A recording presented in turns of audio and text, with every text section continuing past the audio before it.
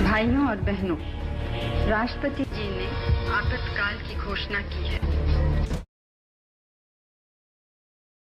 भारतीय लोकतंत्र के इतिहास में 21 महीने की इमरजेंसी के कालखंड को सबसे काले अक्षरों में लिखा जाएगा। 25 जून 1975 से 21 मार्च 1977 तक देश में आपातकाल लागू था। राष्ट्रपति फखरुद्दीन अली अहमद ने तत्कालीन प्रधानमंत्री इंदिरा गांधी के कहने पर संविधान के अनुच्छेद 352A के तहत इमरजेंसी घोषित की थी। बहाना बताया गया था कि देश में अशांति है। यह अशांति क्यों है, इसका इतिहास बहुत रोचक है। 1967 से 1971 के बीच इंदिरा गांधी की लोकप्रियता देश में चरम पर थी। कांग्रेस पार्टी पूरी तरह उनके कब्जे में थी। कोई विरोधी स्वर पार्टी के भीतर नहीं रह गया था। दूसरी तरफ 1971 के चुनाव में देश की जनता ने जबरदस्त जनसमर्थन देकर संसद में उनका दबदबा कायम कर दिया था। 1971 के चुनाव के बाद बांग्लादेश का सृजन करके इंदिरा गांधी ने विश्व में अपना परचम लहरा दिया। दिसंबर 1971 में पूर्वी पाकिस्तान में इंदिरा गांधी ने पाकिस्तानी सेनाओं का मुकाबला करने के लिए शांति सेना भेजी थी। जनरल मनेकशॉ के नेतृत्व में पाकिस्तान से इस युद्ध में भारतीय सेना ने भारी विजय अर्जित की थी। पूर्वी पाकिस्तान टूट गया था, उसे अलग देश के रूप में मान्यता मिल गई, नाम पड़ा बांग्लादेश। इस विजय पर इंदिरा गांधी को पूरे देश ने सर माथे बिठा लिया। यहीं से इंदिरा गांधी तानाशाही की ओर कदम बढ़ाने लगी। इससे पहले 1960 में उन्होंने प्रिवी पर्स खत्म करके देश की रियासतों के वारिसों को झटका दिया था। 1969 में बैंकों का राष्ट्रीयकरण किया। यह सब काम इंदिरा गांधी की लोकप्रियता को चरम पर ले गए। उसके बाद हुए चुनाव में इंदिरा गांधी को लोकसभा में 518 में से 352 सीटें मिली। सत्ता के शीर्ष पर होने के साथ लोकप्रियता भी चरम पर होने का नतीजा यह हुआ कि इंदिरा गांधी की अपनी शाश्वत सत्ता का सपना देखने लगी। उन्होंने न्यायपालिका पर अंकुश लगाना शुरू किया। बहुचर्चित गोरखनाथ केस में जब सुप्रीम कोर्ट ने फैसला दिया कि सांसद कोई ऐसा कानून नहीं बना सकता जिससे मौलिक अधिकार प्रभावित होते हुए, तो इंदिरा गांधी ने 24वां संविधान संशोधन विधेयक 1971 लाकर अपनी जीत का खूंटा गाड़ दिया। केशवानंद केस में इंदिरा गांधी ने ऐसा ही किया। उसके बाद उन्होंने 3 न्यायाधीशों को पीछे ढकेलकर अपनी पसंद के A&A को सुप्रीम कोर्ट का प्रधान न्यायाधीश बना दिया। इससे पूरे देश में इंदिरा गांधी की लोकप्रियता पर दाग लगा। जयप्रकाश नारायण एक प्रमुख नेता के रूप में सामने आए और इंदिरा गांधी को चुनौती दी। 1973 से 1975 का कालखंड देश में तीव्र आंदोलन और इंदिरा गांधी की कटु आलोचना का रहा। गुजरात में सबसे पहले छात्रों की नवनिर्माण आंदोलन चला और इंदिरा गांधी को विवश होकर गुजरात की चिमन भाई पटेल सरकार को बर्खास्त करना पड़ा। वहाँ राष्ट्रपति शासन लगाकर चुनाव कराने पड़े। इन चुनाव में कांग्रेस बुरी तरह हारी। इसके बाद बिहार में छात्र संघर्ष समिति बनी।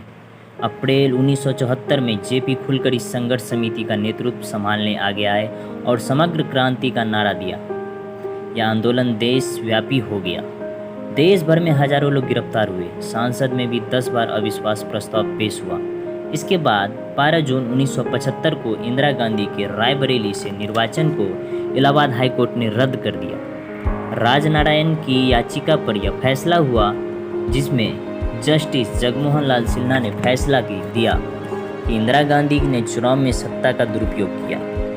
इसके बाद तो दिल्ली में आंदोलन की आग फैल गई। मोरारजी देसाई, जयप्रकाश नारायण, सत्यनारायण सिन्हा, अटल बिहारी वाजपेयी, जॉर्ज फर्नांडिस जैसे नेताओं ने इंदिरा गांधी की नाक में दम कर दिया। पूरे देश के छात्र युवा आंदोलित हो उठे। इसी के बाद आपातकाल की घोषणा हुई। आपातकाल के दौरान इंदिरा गांधी ने जनता को यह दिखाने की कोशिश की वह जनहित के कार्यक्रम तेजी से चलाना चाहती है, इसलिए कड़ाई की है। 2 सूत्री कार्यक्रम की घोषणा की और देश भर में राजनीतिक नेताओं, कर्मचारी नेताओं को गिरफ्तार करके अपनी सत्ता का दबदबा दिखाना शुरू किया। जयप्रकाश नारायण, विजयराजे सिंधिया, मोरारजी देसाई, चरण सिंह, आचार्य कृपलानी, अटल बिहारी वाजपेयी, लालकृष्ण आडवाणी, जॉर्ज फर्नांडिस के साथ ही राष्ट्रीय स्वयंसेवक संघ और जमात इस्लाम के नेताओं को भी गिरफ्तार कर लिया गया। जॉर्ज फर्नांडिस को हथकड़ियां लगाकर जेल ले जाया गया। जहां उन्हें तन्हाई में रखा गया। तमिलनाडु की करुणानिधि सरकार गिरा दी गई। आरएसएस जमाते इस्लामी के साथ ही तमाम संगठनों पर पाबंदी लगा दी गई। सभी मौलिक अधिकार स्थगित कर दिए गए। इंदिरा गांधी ने पीएन हक्सर को अपना प्रमुख सचिव बनाया, जो उनके मुख्य सलाहकार भी थे। अपने प्रति वफादार ब्यूरोक्रेसी का ताना बाना बुना। उनके पुत्र संजय गांधी सत्ता में सीधे हस्तक्षेप करने लगे। पूरे देश में नसबंदी का अभियान शुरू हुआ। लोगों की धरपकड़ करके नसबंदी प्रारंभ हुई। हर जिले, तहसील, कस्बे और गांवों तक में जनता को आराम करने लगी। आपातकाल के दौर में जिस तरह राजनीतिक गतिविधियां खत्म हो गई, उससे इंदिरा गांधी के सलाहकारों को लगा कि अब कुछ शांति हो जाएगी। पर आरएसएस जैसे स्वयंसेवी संगठन ने कमर कसी। पूरे देश में फैले उनके स्वयंसेवक संघ लामबंद हुए और राजनीतिक अपंगता के बावजूद आगे आकर इंदिरा गांधी का सीधा विरोध प्रारंभ कर दिया। हजारों स्वयंसेवक आंदोलन करके जेल जाने लगे। इस आंदोलन में पूरे देश में 1.5 लाख से ज़्यादा लोग जेल गए। इंदिरा गांधी का अहंकार टूटने लगा। अंततः 23 जनवरी 1977 को घोषणा की कि वह नए चुनाव कराना चाहती है। देश की जनता ने इसे चुनौती के रूप में लिया। यह चुनाव लोकतंत्र बनाम तानाशाही के नाम पर लड़ा गया। राजनीतिक पार्टियां जयप्रकाश नारायण के नेतृत्व में लामबंद हुई। जनता पार्टी के झंडे तले चुनाव हुए और भारी सफलता जनता पार्टी को मिली। जनता पार्टी 298 सीटें जीती।